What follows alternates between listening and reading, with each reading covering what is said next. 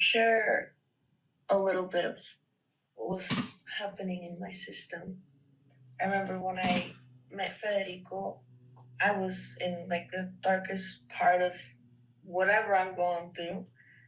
And as I decided this is a safe enough space and point in my journey to begin weaning off of them, and to that I feel safe enough to feel what it was covering up. There's this just fucking heaviness all the time, and it it messes with like my short-term memory. Like the freeze makes me feel like I can't. There's this, I don't know, sludginess in the cog, and I noticed that I feel a lot of shame that I feel like I can't do my translator job anymore. Like Federico asked me to share, and I just, there's no details to share, you know? I feel like I can't do it anymore, and it made me feel like there was this heavy blanket over me, and I'm trying to get out of the blanket, but it moves with me. So there's no matter which way I go, the heaviness follows.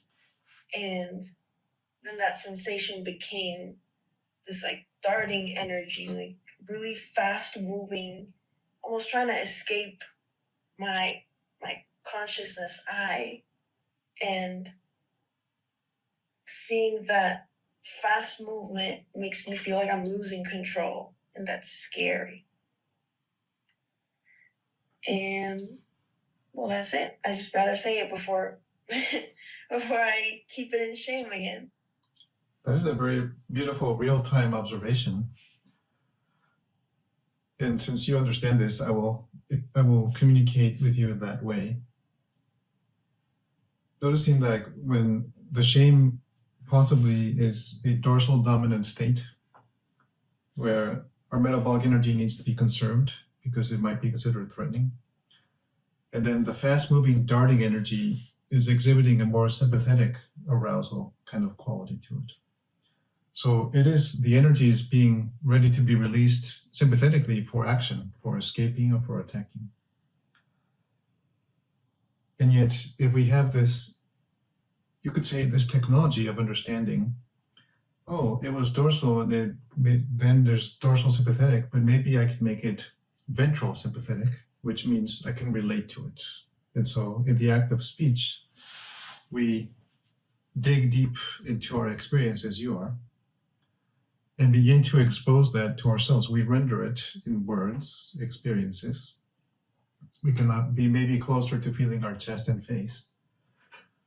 And and seeing the relational space, oh look, there's others there, and it is safe to be here, like just like you remarked.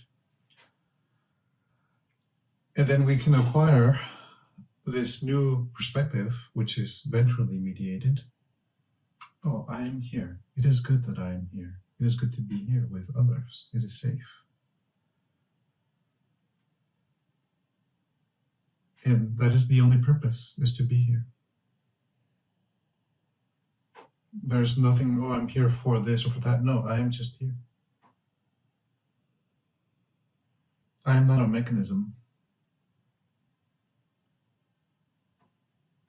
But to acquire more, in a way, terminology, like, oh, maybe the blanket that moves with me is also a dorsally mediated process. That is, it is something or someone is considering this is too much, we need to shut it down. So it's actually a very empathetic strategy. No, this would be too much, we need to shut it down. But it's going to use whatever it needs. Oh, shame, rage, it doesn't matter. But the shame actually gives us a clue. Oh, if we consider it in terms of these three questions, am I alive? Okay, good. Is it shameful to be alive? Okay. Oh, it is safe. Is it safe? Is it shameful to be safe? To be here knowing that I am alive? Or, oh, I can derive pleasure from my beingness, from my existence. Is it shameful to be interested, to be alive, to be curious? See, we can relate it in that way also and discover what the answers are.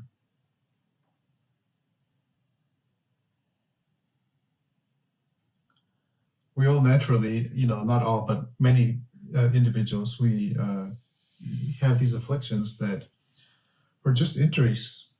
Oh, when in the part of my life where I was really noticing my aliveness, that I am alive, I was shamed for it, or I was shut down for it.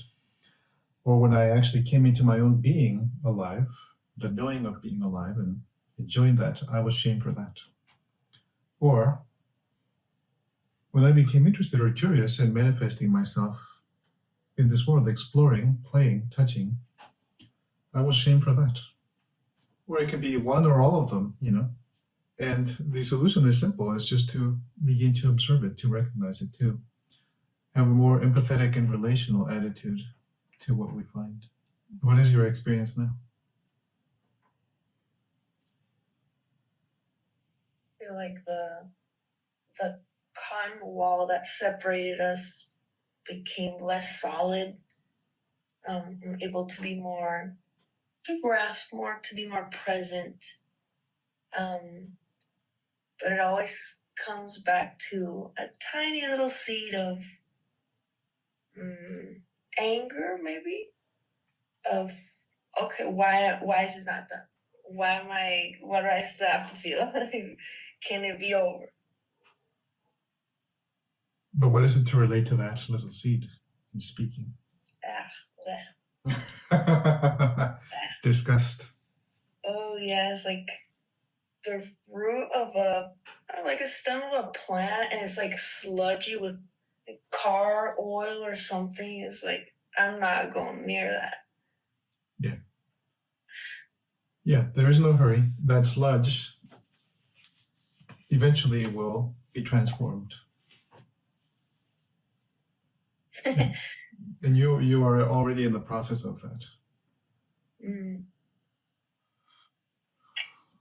But notice that you are the one who is aware of somebody who is being angry. Like, when is it going to be over? And it could possibly know that you are aware of it.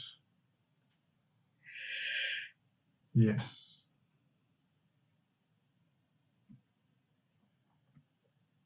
Yeah. So there's nothing to be afraid of, whether the sludge, the grime, the rage. We do not need to be afraid of them, simply because we can relate to them with empathy. They can possibly know that we are aware of them. We just haven't considered this possibility. Well, that is an experience that is very unpleasant. Oh, it's like it's full of these thoughts and craziness. But we have this capacity for metacognition. Somehow I am aware of that. And it can know that I'm aware of it. And that is the end for it. The beginning of the end.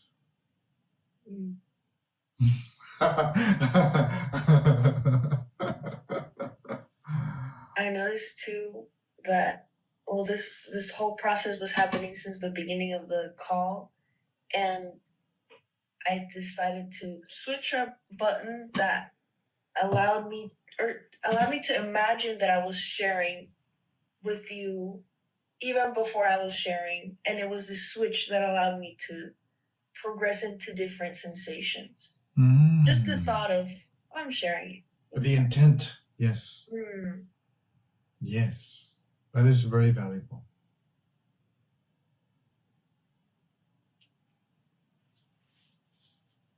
It seems that many individuals have become interested in this. Did you notice that? Look how they got closer to the screen so they could see.